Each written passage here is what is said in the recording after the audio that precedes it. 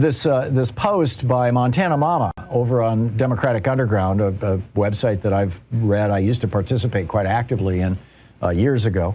Great community, great people. DemocraticUnderground.com. And this Montana Mama is writing about what it's like having this variant of COVID. And she says, we're vaxxed, we're boosted, as is our kid, our 16-year-old. And she said, I was as sick as I have ever been. I would have cried had I had the energy.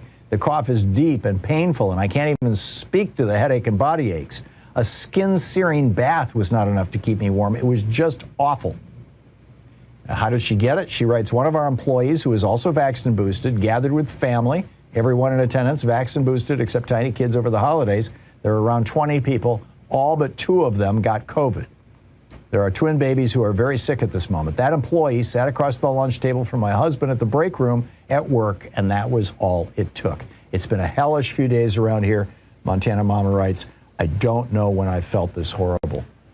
You know, people are saying, oh, yeah, well, you know, it's not, Omicron is not as terrible as Delta. And the fact that it doesn't primarily attack lung tissue, whereas Delta does, means, yeah, you're less likely to die of lung complications or end up on a breathing machine. But sick is sick. This thing takes people down. This, you know, and again, our hospitals are starting to fill up. So please take this seriously. And a tip of the hat to Montana Mama, who really, you know, just laid it out for everybody. I think we need to be hearing more of these kinds of stories from people, and it's a good thing.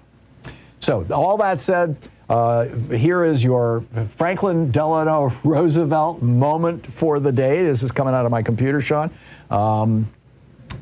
About government by organized. You know, I was ranting earlier about how the Republican Party has basically sold out to right-wing billionaires and giant corporations. The Supreme Court set this up in 1976 and 78 with 2 decisions, and then nailed it to the wall with Citizens United in 2010. And this is Franklin Roosevelt warning us about what has happened to the entire Republican Party and a couple of Democrats.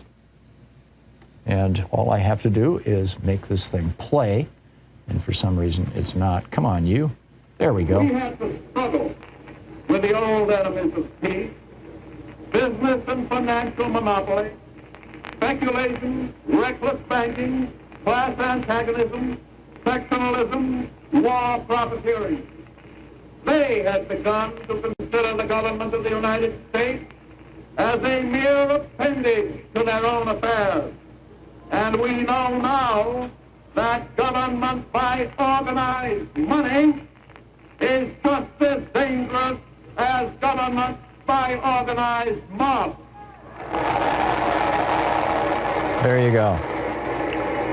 And that's President Franklin Roosevelt calling out organized money in a way that, frankly, we haven't heard since, and we need to.